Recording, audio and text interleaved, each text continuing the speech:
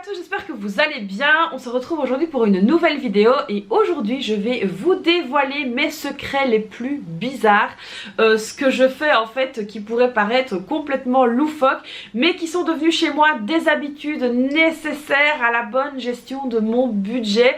Et donc du coup je me suis dit que j'allais vous faire une vidéo là-dessus, que ça allait un petit peu changer des trucs dans les rails, etc. Je vais vraiment vous dévoiler ce que moi je fais qui pourrait vraiment paraître bizarre pour certains. Et croyez-moi, même pour les très proches, parce que parfois mon mari trouve que je suis complètement bizarre aussi. Mais voilà, c'est comme ça. Et c'est ce qui me fait tenir justement mon budget. Et voilà, des petites choses bizarres comme ça, des petites habitudes un peu cheloues que j'ai. Mais qui sont donc nécessaires à la bonne tenue de mon budget. Bon, c'est parti. Alors la toute première chose que je fais qui peut paraître complètement bizarre, c'est que j'ai en fait la phobie, alors vous allez rigoler, de l'argent sur mon compte bancaire. Alors qu'est-ce que j'entends par là? En fait, c'est à dire que lorsqu'on va toucher nos salaires, je ne supporte pas qu'il y ait de l'argent sur mon compte. Alors pourquoi? Parce qu'en fait, je me suis rendu compte qu'en faisant le suivi, les trackers, etc. Et ben le problème c'est que quand il y a de l'argent sur le compte, je n'arrive jamais à tomber juste parce que tout simplement j'oublie, parce que je ne sais plus combien il y avait sur le compte. Et du coup les comptes ne sont pas bons. Alors du coup maintenant j'ai décidé, et ça depuis déjà maintenant très longtemps, voire même plusieurs années, que chaque fois que nous touchons nos salaires, le compte doit être à 0. Et oui, le compte doit être vraiment à 0. 0 pointé. Alors ça m'est déjà arrivé de transférer 1,18 €, il n'y a pas tellement longtemps d'ailleurs, sur mon compte épargne, où là mon mari me dit mais enfin c'est complètement ridicule parce que transférer 1,18 € c'est vraiment rien du tout. Mais non, moi en fait j'ai ce truc où il faut qu'il ne reste pas d'argent sur mon compte.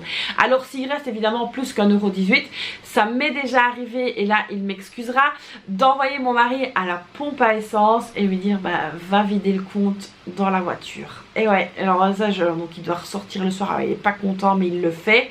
Et donc du coup bah il vide le compte tout simplement dans le carburant. Alors ça m'est déjà aussi arrivé de lui dire bah écoute allez viens, on va vite acheter un petit peu de réserve de courses, etc.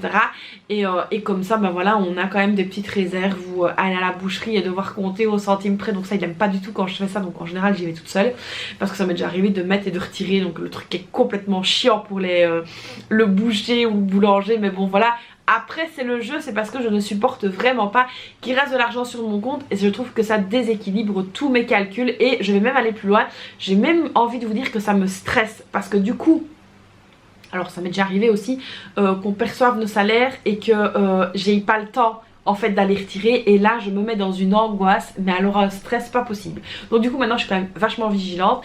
Quand nos salaires arrivent, il y a 0 pointé sur le compte. Ensuite, la deuxième chose, c'est lors de la rédaction de mon budget. Alors ça évidemment vous ne le voyez pas parce que moi une fois que je vous présente la vidéo, c'est que le budget est fait et ficelé. Donc moi je commence en fait à faire mon budget pour le mois d'après au milieu du mois. Donc là j'ai déjà commencé à faire mon budget de janvier, hein, déjà depuis quelques fois.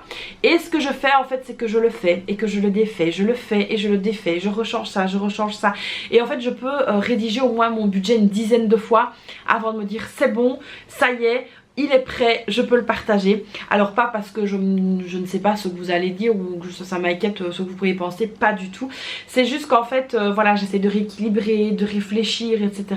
Et donc du coup moi j'ai vraiment besoin de rédiger mon budget plusieurs fois pour être sûre de tomber sur quelque chose de nickel. Donc voilà, ça c'est vraiment aussi une habitude que j'ai, c'est une sale habitude parce que ça me met une pression pour rien en fait. Mais bon, c'est comme ça que je fonctionne. La troisième chose que je fais qui peut aussi paraître bizarre, c'est les checks de budget.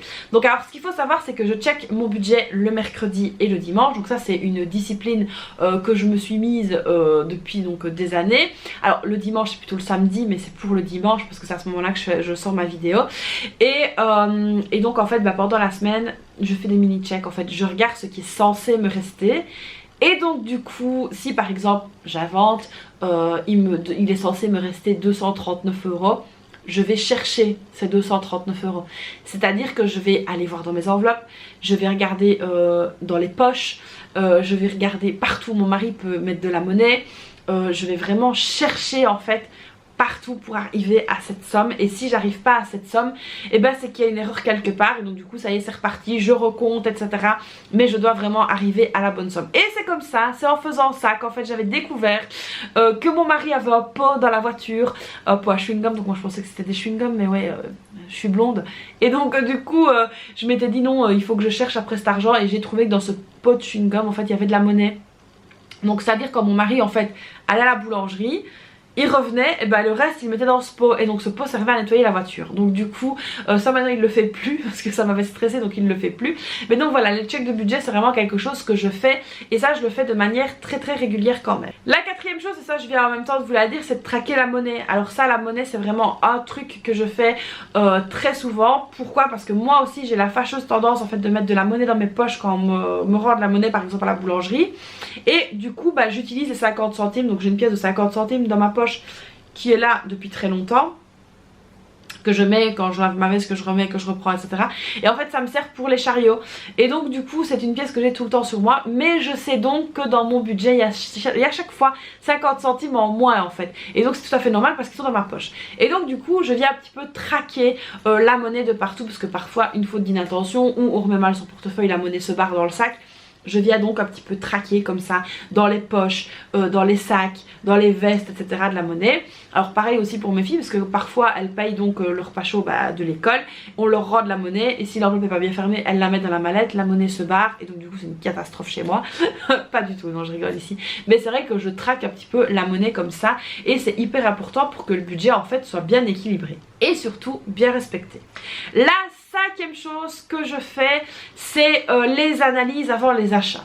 Donc si vous vous rappelez, la dernière fois je vous avais dit que j'avais cassé mon mixeur plongeant. Alors je sais pas si c'est sur Instagram ou si c'est ici que je l'ai dit, mais bon bref, j'avais cassé mon mixeur plongeant. Enfin je l'avais pas cassé, en fait il allait plus tout simplement parce que je pense qu'il était trop vieux. Et donc du coup nous, la soupe c'est quelque chose qu'on mange énormément, surtout en hiver. Et la catastrophe, plus de mixeur plongeant, et bah, il m'en fallait un tout de suite. Et donc du coup j'ai fait des analyses et des analyses et des analyses, alors qui m'ont pris des plombes, parce qu'en fait ce qu'il y a c'est que je check un petit peu au niveau des cagnottes que j'ai un peu partout, voir si je peux l'avoir gratuitement ou pas, et si je dois le payer de ma poche, alors là on est parti dans des études de marché. Et donc du coup bah en fait je check un petit peu les magasins, je check aussi les cashbacks que je pourrais récupérer via mes applications.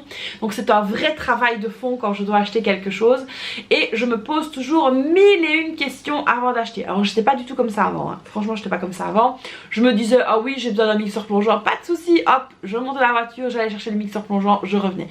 Là pas du tout, maintenant je me pose dans mon bureau, je fais des notes, je check, je prends des cahiers, j'écris, enfin voilà. Donc il y a vraiment un travail quand même très pointilleux quand je dois acheter quelque chose, et au final c'est pas plus mal parce que ça me permet quand même de regarder dans plein de magasins et de trouver des super promos. Là en l'occurrence j'avais trouvé, donc c'était vraiment le top. La sixième chose que je fais qui est complètement loufoque, je sais même pas si je dois vous le dire en fait. Bon si, allez je vous le dis parce que c'était quand même mis dans la vidéo. C'est la calculatrice. Alors ce qu'il faut savoir c'est que donc moi j'ai ce type de calculatrice là. Alors j'ai pas les super belles calculatrices avec les gros ronds qui coûtent une blinde, j'ai pas ça. Mais en fait les calculatrices j'en ai partout. J'en ai dans ma voiture. J'en ai... bah là j'ai changé de sac, donc j'en ai dans mon sac à main. J'en ai dans mon téléphone évidemment comme tout le monde. Mais j'ai aussi ça partout. Et donc si je viens faire un calcul avec mon téléphone, je viens revérifier avec la calculatrice. Donc voilà, ça déjà c'est déjà pas normal. Mais alors quand je fais mes courses, je reprends tout le ticket et je recalcule pour voir si tout est correct. En fait en faisant ça, je me suis déjà rendu compte que dans certains magasins, alors pas dans tous, et ben il y avait des erreurs de calcul. Alors vous allez me dire c'est pas des erreurs oufissimes, hein, on est bien d'accord, ce sont des erreurs de centimes, mais il y a quand même des erreurs en ma faveur. Et donc du coup ça m'est déjà arrivé de dire écoutez là il y a un problème sur le calcul de la TVA parce que c'est pas du tout correct. Et donc quand je refais le calcul devant eux, alors là évidemment parce que j'y retourne au magasin, je fais ça sans mon mari parce que si je fais ça devant lui ça va pas le faire parce qu'il va être super gêné, il va pas vouloir y aller, sauf si c'est des grosses sommes. Et donc du coup en fait je me suis déjà rendu compte qu'il y avait des soucis, et chaque fois je me suis fait rembourser parce que c'était des erreurs, et pour moi une erreur ça reste une erreur. Et il faut quand même tout recalculer, c'est quand même hyper important de checker en fait derrière, parce que alors oui, je fais pas confiance, mais c'est vrai que quand on va j'invente hein, c'était pas au Carrefour, mais quand on va au Carrefour par exemple et qu'on sort avec son ticket, si on recalcule pas tout et que en fait c'est pas juste, ça va pas aller en faveur du magasin, donc non, je suis pas d'accord. C'est en ma faveur à moi, et donc du coup il est très important que je me fasse rembourser si je dois me faire rembourser. Donc voilà, vérifiez quand même vos tickets de caisse. Alors évidemment ne le faites pas à chaque fois parce que c'est une perte de temps, mais moi je le fais chaque fois parce que je me suis rendu compte que ça fait quand même la différence quand on récupère quelques centimes à gauche, quelques centimes à droite. Alors parfois c'est des 20-30 centimes, on se rend pas compte, mais il faut quand même le faire. Donc voilà, ici pour le truc bizarre que je fais. Alors le dernier truc bizarre, c'est le grille-pain. Alors le grille-pain, c'est pour moi l'achat dans une cuisine si on veut faire des économies qui est vraiment indispensable, parce que grâce au grille-pain on ne jette plus de pain. Et ça c'est quand même très important. Et donc du coup c'est vrai que y en a beaucoup qui me disent ah ouais mais tu partages pas tes repas de midi. En fait tout simplement parce que mes filles sont à l'école et qu'elles mangent des tartines ou au repas chaud ou à la soupe, ça dépend un petit peu. Mon mari lui il prend des tartines ou il prend les restes. Et moi en fait je termine le pain. Donc là j'ai du pain, je pense qu'il y a 3 jours que je dois terminer. Et donc là aujourd'hui à midi je vais terminer ce pain.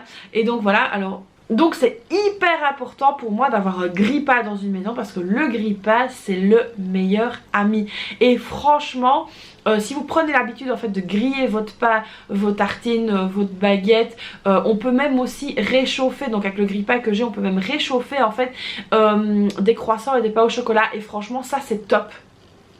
C'est top parce que du coup vous avez l'impression qu'ils sortent de la boulangerie et ils sont vraiment super bons. Donc voilà ici pour mes choses un petit peu bizarres que je fais, mais c'est vrai que je me rends compte qu'en fait tout ça mis l'un dans l'autre, ça fait qu'au final j'arrive quand même à faire des économies, et puis voilà, ça arrive aussi que je puisse récupérer des sous, et aussi voilà, mon budget tient sur des rails, et donc j'ai quand même une attention toute particulière envers la gestion de mon budget, mais ça je pense que vous l'aurez compris. Donc voilà, j'espère que cette petite vidéo un peu loufoque vous aura plu, donc vous savez plein de petits secrets sur moi maintenant. N'hésitez pas comme d'habitude à la liker, à vous abonner à la chaîne, enfin bref tout ça vous connaissez, mais ça me fait super plaisir quand vous vous abonnez, parce que je vois que mes vidéos plaisent et qu'on est de plus en plus nombreux à essayer de bien gérer son budget, et ça j'en suis vraiment ravie. Donc voilà, n'hésitez pas à me laisser un petit commentaire si vous il y a des choses un petit peu bizarres que vous faites, dites-les moi qu'on rigole un petit coup quand même dans les commentaires, ça me ferait super plaisir. Et puis moi je fais donc plein de bisous et je vous dis à très vite pour une prochaine vidéo. Bye bye.